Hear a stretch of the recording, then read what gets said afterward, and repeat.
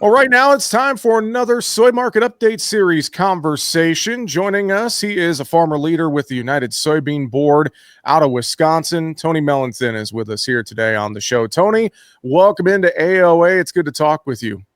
Yeah, thank you for having me on, and I'm excited to be here.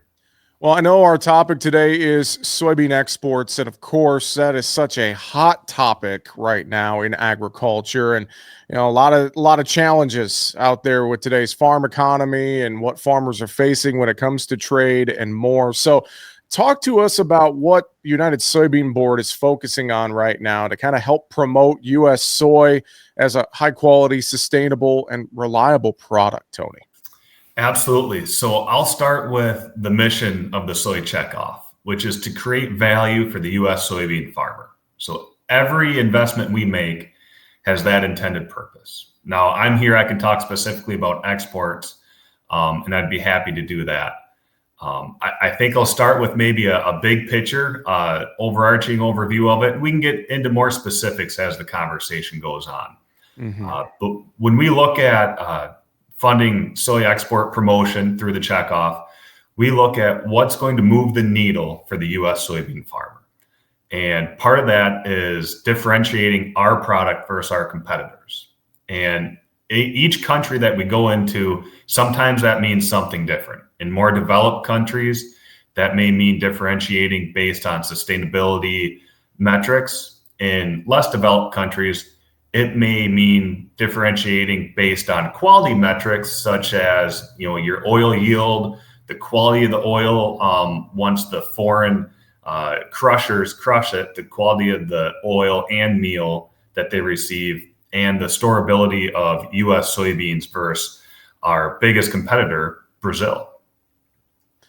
What are some of you mentioned diversifying things and promoting, our high quality product. What are some maybe specific export type of projects that the United Soybean Board's working on right now that maybe you are most excited about, Tony?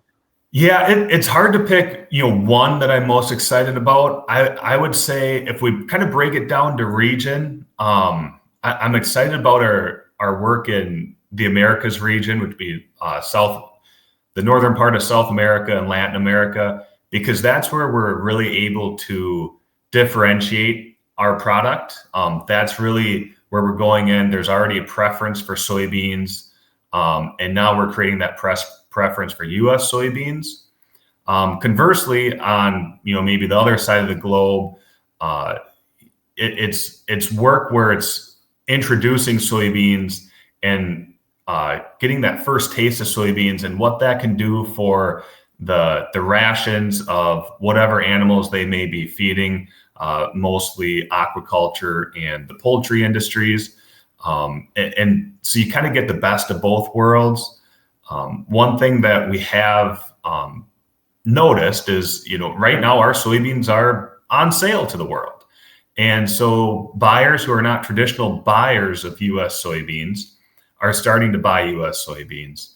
And one thing we have heard from more than one buyer is, wow, I can't believe the quality of U.S. soybeans, and starting to get that recognition that one foreign purchaser that I had a conversation with about 2 months ago even admitted as a buyer that he'd be willing to spend $15 to $20 per metric ton more for U.S. soybeans because of the quality that they're seeing over our competitors.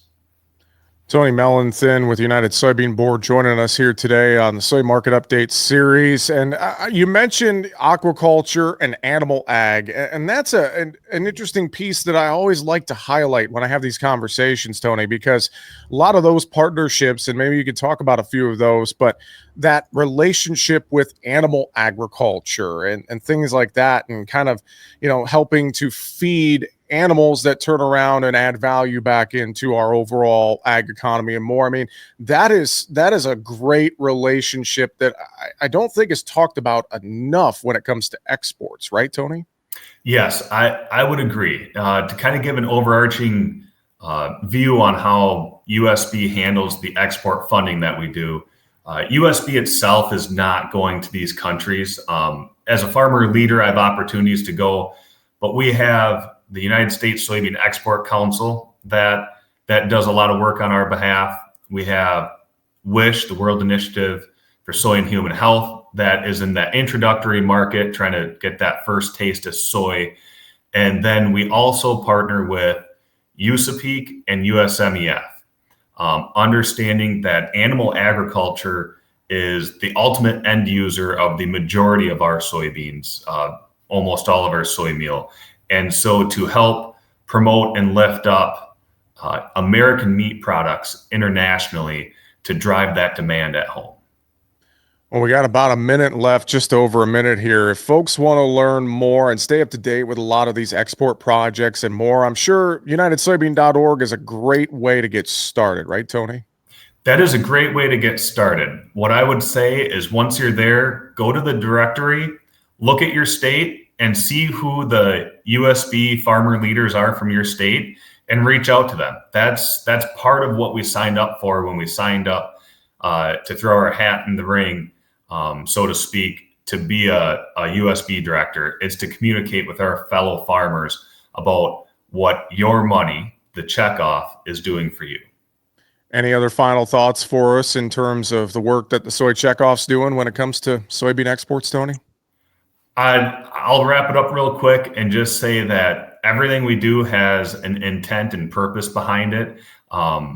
We really strategically look every single year where the market dynamics have shifted. We make investments based on that, and recently shifted to some more soybean meal specific investments due to the increased crush capacity here in the United States.